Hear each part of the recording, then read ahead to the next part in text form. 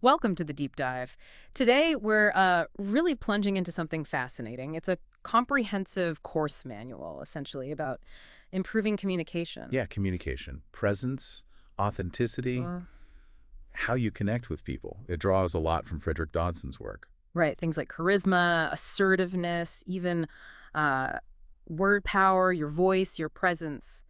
It covers a lot. And the core idea, right from the start, is pretty striking, isn't it? It Mhm. basically says life isn't just about, the physical stuff around us. Mm-hmm. It's fundamentally about the people Mm. and the energy exchange between us. That your own state, your well-being really gets better with meaningful connections. Exactly. And by extension, the source suggests the whole world improves when we all just communicate better, more effectively. And I like that it's not just philosophy. The approach is very practical. Totally. It's like find what clicks for you in this material and then actually do it, put it into practice. Yeah, the idea is that kind of training, that focus, it really has a lasting impact on your personality. Absolutely.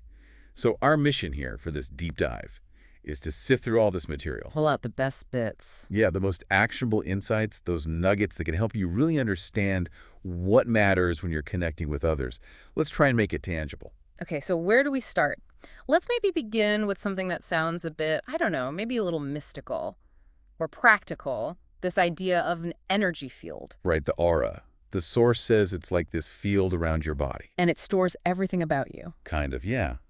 And that others sense it immediately, like instantly, regardless of how you look or what you first say.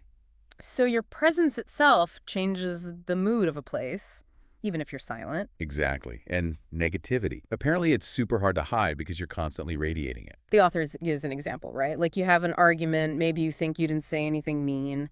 But if you were feeling negative, radiating that, others pick up on it. They feel that unpleasant energy anyway. That's interesting because the author kind of pushes back on purely scientific explanations for emotional contagion. The idea that moods are catchy. Right. They don't totally dismiss things like subtle body language or even smell, Mm-hmm. but they argue there's something more fundamental, an energy transfer, a vibration. They talk about personal experience, like walking into a room and feeling the mood shift just because they entered. No words needed. And that experiment they describe is wild, radiating humor on the subway Yeah. Without smiling or laughing or anything outwardly obvious. and observing people nearby starting to smile or snicker Yeah. because they just sensed something. It really drives home this idea of a constant, subtle exchange happening beneath the surface. So this energy exchange, it's not just abstract. It plays out in how we interact daily, The source lists different intensities, right? From just being physically near someone, all the way up to sex, yeah. And different greetings are ranked by intensity too, like namaste or bowing being low exchange. compared to a handshake or a hug or kissing. Those involve much more energy transfer. Which brings up a really important point the source makes. Is this exchange always good? Always desirable? Not necessarily. It really depends on your energy state at the time. Like hugging someone who's really upset. Could potentially transfer that negativity to you, Yeah. unless your own energy level is really high. Or you have a clear intention to help them release that grief. Right. The source mentions that feeling genuine love actually seems to make you kind of immune to picking up negativity. And you see this reflected culturally, don't you? Totally. India, Japan, with namaste or bowing, less physical contact, lower energy exchange. Compared to Europe or the US, where handshakes and hugs are more common, Yeah, it's fascinating how these energetic boundaries are kind of baked into cultural norms. the source even mentions the handshake specifically as indicating trustworthiness. While avoiding touch might sometimes signal someone wants to hide their intentions. Interesting thought. And on a super practical level, what about cleansing negative vibes? Oh yeah, the simple tip. Wash your hands or take a shower. Shower's better than a bath, apparently. Because the running water is seen as washing the energy away, not just letting you sit in it. So yeah, a quick rinse isn't just for physical hygiene in this view. Okay, so this constant energy exchange is happening. How does that connect to, like, learning or influencing others non-verbally?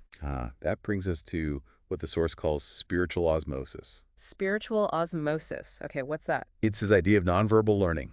It happens just by being around a teacher or a group. Like in a class or a sports team. Yeah, or with a spiritual teacher. You just sort of absorb their mindset, their attitude, their way of being, Yeah. subconsciously. That makes so much sense. It explains why going to a live workshop can feel so much more impactful than just, reading a book or watching a video. Exactly. It's that transfer of subtle energies, as the source puts it. The teacher's actual state, their presence, matters more for that osmosis than just the clever words they use. Presence, which leads us to eye contact. The source puts a huge emphasis on this. Oh, massively. They call it soul-to-soul contact, a direct way to exchange significant energy. It's something we all kind of know instinctively, right? But it's not usually taught as like a core communication skill. So why do people avoid it then, according to the source? Two main reasons seem to pop up. Either you don't want others to feel your inner state, Or you don't want to feel theirs. You don't want to take on their energy. and there's cultural politeness too sometimes, not wanting to impose yourself. But avoiding eye contact can be strategic too, can it? Like Oh. going stealth mode at a party if you don't want to engage. Right. But the flip side, lifting your head, making deliberate eye contact, is described as incredibly powerful non-verbally. Yeah, it makes you seem present, interesting, even if you don't say much. The source really argues that making more eye contact is generally better for you. It helps you feel more connected to life's energy. Avoiding it can make you feel isolated. It builds trust, rapport, positive feelings. Though obviously there are times it's not appropriate. Privacy, deep thought. Or if someone's just radiating really unpleasant energy you don't want to connect with. Yeah. The author suggests that as consciousness evolves, maybe eye contact will become more common, feel safer. And that old idea of the evil eye, the source connects it directly to this power of energy transfer through the eyes. Makes you think. What about prolonged gazing, like in flirting or spiritual context? Or acting, poker. Yeah. Yeah. The source suggests the intention behind it makes the difference. Like, which energy center or chakra the focus is coming from distinguishes a sexual gaze from a spiritual one. Okay, here's a really wild technique from the source, mixing intention and eye contact. Go on. If you want to improve how you perceive someone, try this. Imagine them better than you currently see them. Focus on their good qualities, their potential, Okay. and then as you look at them, consciously try to transfer that positive mental image through your eyes. Wow. And the claim is? That you might actually start to experience an improved version of them because your positive projection influences the interaction. That's a powerful concept. Shifting your internal state to affect the external. Exactly. Which leads us nicely into authenticity, presence. How do you just feel at ease with people? And the answer is surprisingly simple, isn't it? It's not about learning a new technique. It's the absence of technique. Right. They have that one really dense sentence summing it up. Oh, yeah. The crave nothing, resist nothing, state your true intentions. One, it's a mouthful. Externalize your attention and allow yourself to flow a state of gentle humor. Yeah. But they simplify it too, thankfully. You don't have to be anything, just be E. And authenticity grows from that foundation. Dropping the masks, being vulnerable, open. Freeing yourself from rigid social roles. Choosing your way of being deliberately, not just to please others. And the key sign you're not being authentic. Nervousness. The source says the true authentic self is never ill at ease. This connects to shamelessness, but they draw a really important line between negative and positive types. Negative shamelessness being tied to suppressed shame, like a rebellion against it, sometimes fueled by substances. Yeah, and they use a heavy example there, suggesting Hitler's meth use fueled a kind of negative, uninhibited drive born from suppression. It's a stark illustration. Contrasted with positive shamelessness. Which comes from consciously feeling and releasing shame.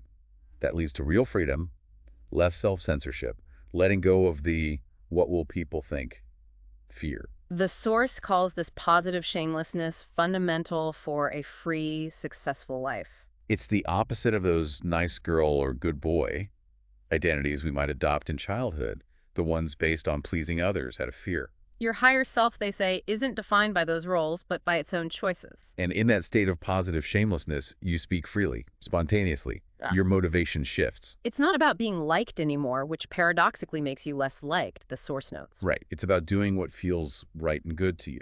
They use the blind date example. Most people think they need to be or do something special to be liked. But the person with positive shamelessness doesn't operate like that. Their natural self is enough. Effortless. And accepting yourself now with that shamelessness actually makes it easier to grow because the drive is internal, not for external approval. There's that exercise too. Check your motive for smiling or frowning. Is it to appease or to genuinely shift your own state? And shedding shyness quickly, the advice is pretty direct. Fix your thinking. Imagine the person you're shy around has some mundane flaw, like bad breath or something. It sounds a bit harsh, but the point is to shift the context in your mind, right? From they're judging me to they're just human. Exactly. It levels the playing field internally, reducing anxiety without needing years of therapy, potentially. Other quick fixes too, like imagining you've done that scary TV interview for 70 years, or just speaking louder if you feel timid, small shifts. And tying back to authenticity, holding back your truth for harmony, the source says that creates chaos. Real harmony comes when your thinking, feeling, and speaking are aligned. Congruence. Which brings us right to boundaries. The source is emphatic. If you don't draw lines, misbehavior will occur. They share that story from the airplane, witnessing a husband being publicly shamed by his wife. And the author felt compelled to step in, not aggressively, but just to establish a boundary in that public space. Analyzing the husband's state, shame, guilt, low energy, suggesting he could have moved through that, maybe to anger, then ideally compassion. The point being, setting boundaries isn't just about stopping others, it's about your own internal shift and self-respect. And doesn't lead to abandonment, does it? Often the opposite, it earns respect. Unlike constantly trying to please everyone, which the source calls appeasement. Authenticity means saying no when you mean no, plain and simple. Which is so much better than saying yes and secretly resenting it. That builds up and leaks out anyway, causing confusion. Practicing this takes courage at first, though. You might feel guilty or uncomfortable. But it's liberating, ultimately. You don't have to apologize for being you. And that distinction about goodness is key. Is it from the heart, true compassion? Or is it from fear, obligation, wanting approval, expecting something back? Taking care of your own well-being first isn't selfish. It's self-respect. You need to give from abundance, not neediness. Like that healer example. Giving free treatments out of a feeling of unworthiness, shame about taking money. Her business failed. Until she dealt with the shame, learned to receive. Then giving came from joy, and it worked. So the clear takeaway, any reality you want requires boundaries. Successful people say no a lot. So they can say yes to what truly matters. And that fear, if I'm real, people won't like me. The source is blunt. You can't control that. Love yourself, treat yourself well. Some will like you, some won't. And you'll probably be more likable because you're happier. Relationship issues often trace back to this too, right? Why doesn't he love me? Why won't the kids listen? Often linked to giving everything without boundaries. Which isn't really love, it's expectation, fear, control. It can suffocate people. Yeah, using words like everything or all is often a sign of no boundaries. If you don't define your space, others will invade it. This links back to childhood, doesn't it? What must I do to be liked? The false idea. No boundaries, love. When the opposite is true, boundaries help others know how to co-create with you respectfully. Defining what belongs in your life. Letting go of what doesn't. It's freeing. And you don't need anger to set boundaries. Fearless calm is best, though truth can still sometimes offend. Actionable steps. Say no deliberately. Tell a truth you've avoided. Say yes to something you desire but fear. Plus, those 10 factors for integrity. Shift from get to give, inner no, outer no. Communicate issues, understand first, keep your word. That integrity concept flows right into uprightness, physical and psychological. Physically, posture matters. Slumping affects your state, your authority. Standing tall helps. Using deliberate movements, stretching for openness, tensing for focus, being aware of your body. Psychologically upright means resilience.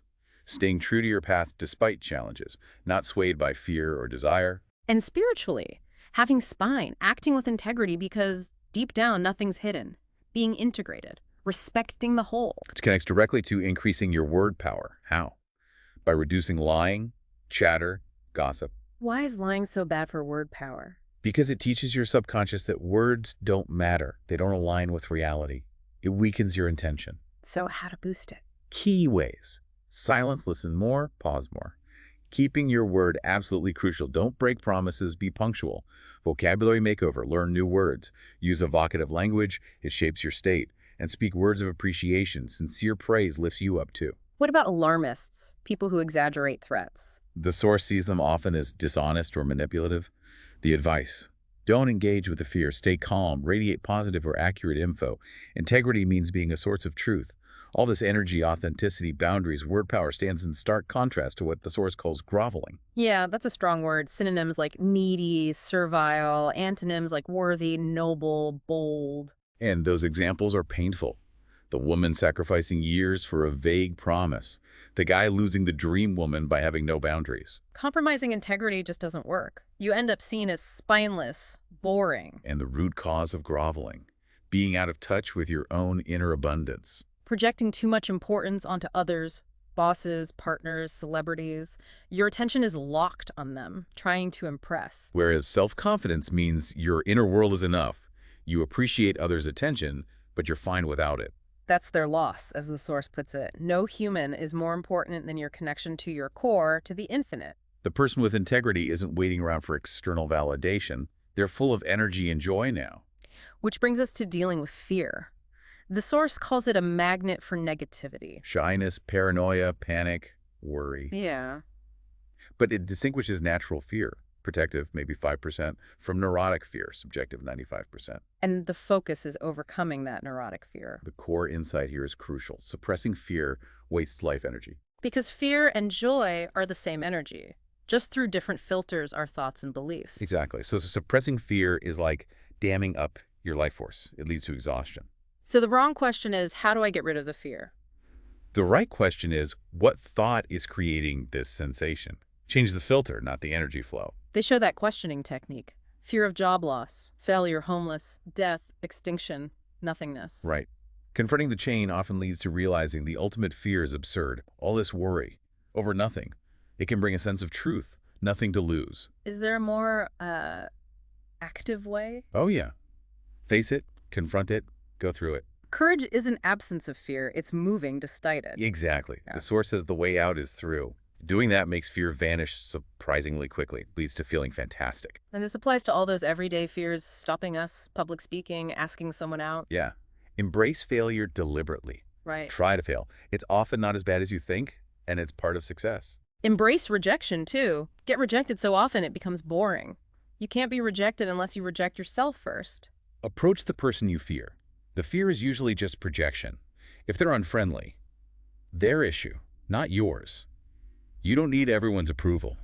That insight about self-made millionaires who lost it all? They gained it partly because they didn't have that paralyzing fear of loss.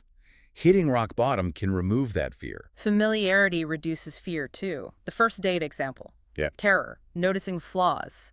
Enjoyment, noticing their fear. Awareness, familiarity, courage. They dissolve fear. Even phobias, often rooted in fear of death. Familiarize yourself with the concept. What about stage fright? Often comes from splitting attention past prep, future audience, and that childhood need for approval. The fix. Keep attention present. On the room, the audience now, the performance. Meditating on accepting both approval and disapproval helps transmute the energy. Practice and presence are key. And just feeling more at ease socially, in general. Reduce reactivity to what you think others expect. Slow down. Be present. Gently give awareness to surroundings, people, with zero expectation. Just observe. Take a breath before responding. Use silence. Maintain eye contact. Slowing down makes you more thoughtful, others more attentive. Active listening helps too. And that paradox. Less self-importance equals more self-confidence. Tied to the spotlight effect, thinking everyone's watching and judging you way more than they are, causes paranoia. The simple trick, reverse attention. Instead of how do I look, ask how did they look? Shifts the focus off you. Great for shyness, negotiations, interviews. Ask questions, let them talk. High self-importance, arrogance, linked to shyness too. Always comparing above or below. Living from the heart removes that. Comfortable with yourself means comfortable with anyone. Okay, let's get into some practical communication skills. Exercises mentioned. Listing people you like, dislike, traits, similarities, intentions, helps spot projections, improve attitudes. Identifying communication disturbances too, semantic, organizational, psychological ones we often miss. And acknowledgement. So vital. People need it. Lack of it is a huge mistake. Simple nods, paraphrasing. Yes. Okay, I hear you. Lubricant for flow. They suggest exaggerating acknowledgement for a day to feel its power. Improving flow also means finding agreement points. Authentically, though, use appreciation. Disliking too many people drags you down. Solution: reduce aversion or find more people you like, love them or leave them. The approval-disapproval meditation comes up again here for freeing up communication. And nonverbals beyond eye contact. Posture, movement, distance, angle, location, all convey meaning, influence goals. You can command presence without talking. Power in what you don't say, too. Knowing when to hold back, speaking less can retain power. Less chatter, justification, reaction. Save disagreement for the right time. But failing to communicate when necessary causes huge problems. When uncertain, in doubt, or in trouble, communicate. Reality frames respecting others' limits. Peace harmony versus truth frankness. Depends on social sensitivity. Timing. You don't discuss business losses at a funeral. Right. And distinguishing fact. Absolute truth, no deviation. From opinion, relative truth, full tolerance. Mistaking them causes conflict. Nonverbal power again. Speak softly to enforce your will. Why? Because mood and intention are the carrier waves. Bad vibe plus nice words equals bad vibe back. Good vibe plus no good vibe back often. What you say is only 25%. How you say it is 75%. Roughly, yeah. Context, content. And you can't truly hide your state anyway. Body, eyes, posture, reveal it. Liberating to know that. Which can lead to transformational communication. Having the courage to say what needs saying, what others won't. Courage plus communication, prosperity. Asking for that raise. Face-to-face is better than online for connection. Show up personally. Work on expressiveness, voice, eyes, face. Speak to strangers exercise. Connection boosts health. Enchant others by seeing them with fascination, soul level. No stupid questions. Approach difficult people by focusing on their spiritual self. Radiate appreciation. Fights or ego clashes. Let go of being right. That exercise, you from the eyes of others. Seeing yourself as others might. Hypothetically or literally recording yourself can be shattering but revealing. The truth is somewhere between your view and theirs. Imagine seeing yourself from different perspectives. Accept, improve, love that person. And judging people is fun, but positively. Yes, seeing the best in people, radiating that positive judgment, they can do it. It can actually influence them positively. Projection works both ways. See the world as you are. Letting go of you should, needing to fix others, paradoxically increases influence. Attract, don't chase. And tackling language laziness, using thingy, fillers like. Reflects and perpetuates low energy, limits imagination. Effortful descriptive language increases energy, evokes images. Blandness signals lack of care. Not being expressive can be hiding, losing aliveness. Yeah. Describe an object in detail, tests your will. Vocabulary. Improving vocabulary isn't about sounding smart, it's about powerful, focused language. Increases attention. Even changing vocabulary for others not out of fear, but as a service, matching their frame. People hear what fits their reality. Okay, shifting gears slightly. Avoiding manipulation. Key insight. Nothing forces you to give others power over your state. Being manipulated means being reactive, not centered. Knowing the methods reduces their power. Subtle games mentioned. Quick movement copied. Mirroring subtle movements. Shows attention is on you, or maybe they lack inner-centeredness, used in flirting sometimes. Over-agreement or over-disagreement. Often signals wanting something or hiding true interest. Mature communication avoids these. To get agreement, try agreeing with them first, genuinely. Asking for help can be manipulative too, softening an enemy. Can be. Yeah. General tips. People like acknowledgement, agreement, not overdone. Don't always correct insecure people. Spend time with confident ones. Don't censor yourself too much for others' insecurity. And that practical advice, don't sign deals after dinner. Mind's less clear when tired or full. Make big decisions in a good state. The best way to avoid manipulation. Just be who you are, moment to moment. Authenticity. Makes you easy to be around. No hidden games. Which brings us to healing broken agreements, crucial for connection. Covers contracts, promises, infidelity, absence, abandoned projects, anything where a shared understanding is broken. An agreement creates an energetic bond. Breaking it non-mutually severs that. Healing is needed for harmony. Harmlessness, mutuality are key. Severity matters, obviously. Minor lapse versus major betrayal. Healing needs both sides. The betrayed needs to move past victimhood, forgive self, other, focus on growth. The betrayer needs to take responsibility, ask forgiveness, make amends through action. Otherwise, you get stuck in distrust and blame. Infidelity specifically needs a prior explicit agreement on monogamy, often caused by boredom, lack of communication, doesn't fulfill deeper needs. The source gives specific energy cleanup steps for the cheater. State motivation, not excuse. Express love, ask forgiveness when partner ready, make amends, action. If no regret. Clean path is stating desire for non-monogamy beforehand. Secrets contract energy. Timing is key for asking forgiveness. Wait till turmoil subsides. Repeat if needed, but don't let partner hold it over you forever either. Demand closure after amends. For the cheated on, not just a victim. Admit your part. Unawareness, lack of boundaries. Process. Sorry this happened. Don't approve action. Love you. Forgive person. State consequences if repeated. Accept apology amends. Vow not to keep bringing it up. Repeat till peace. After forgiveness, address the root cause together. Reinvigorate the relationship. Effort from both. Understand love changes. If no mutual path forward, separation might be needed for rediscovery. It's concise but powerful if applied. Real life is messy. Release emotions. Be compassionate. Avoid victim blame or resentment. Maintain clarity. This applies to personal broken contracts too, right? With ourselves. Yeah. List times you broke agreements, Yeah. yourself, others. Ask forgiveness, personally or privately. Make amends. List times you were victimized. Identify your state before it happened. Reveals your part. Forgive self, other. Integrity, wholeness. Okay, let's bring it all home. Back to presence. Being here and now. The source argues true attractiveness influence comes more from your state, your aura, than looks or status. Presence is spiritual magnetism. The sitting and gazing meditation. How does that work? Externalize attention. Keen interest in people passing by. Attention on them, not you. You're not the center. Observe faces, clothes, behavior. No effort, expectation, desire, resistance.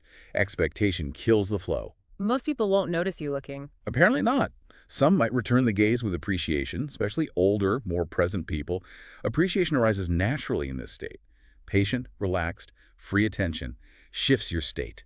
See people as soul sees them. The positive state lingers, Contrasted with computer-augmented reality. which the source suggests can diminish real-world presence. Real augmented reality is being fully present here now. Distracted mind lacks presence. Full presence, well-being, energy, ends worry, feel reality, empathy, use the day. The grocery store example. Shopping fully present external attention, letting go of worries, calm interest, feeling textures makes reality light up, become enjoyable. So common to be pulled away by triggers, memories. They replay if the present feels less intense. Loss of presence, sometimes broken only by shock, cold water, danger. Maybe higher selves send accidents to wake us up. Letting go of resisting others' disapproval comes up again. What you resist persists. People have a right to their opinions. Trying to stop them is futile. Accepting disapproval leads to less of it, and realizing it's usually not personal. Bold strategy for fears like being boring, stuttering, secrets. Do it deliberately. Be boring on purpose. Stutter intentionally. Disclose harmless secrets. Temporary pain, long-term gain, nothing to hide. Light shines bright. Energy isn't wasted suppressing. And those 10 ways to become present. 1. Sit. Do nothing. Mm. 2. Describe surroundings. 3. Touch objects. 4. Intend then. Do. Announce action. 5. Look at beauty. 6. Use water. Shower. Swim. 7. Focus on one task. 8. Feel emotion in body, not thoughts about it. 9. Do something courageous put off. 10. Observe without expectation. And presence grows with practice. More time spent observing. Wow. That was, a really deep dive from energy fields and shamelessness to fear, boundaries, and presence. So many ideas, but the source gives that final warning, doesn't it? Right. Learn it, understand it, but don't obsess or overthink. That actually inhibits real communication. The map isn't the territory. Integrate what works, then just be. Exactly. So let's leave you with this final thought, really leaning into the source material. Maybe the core of communication isn't just your words or how well you listen. Maybe it's fundamentally about the energy you radiate just by existing. How does your mere being communicate even before you say a single word?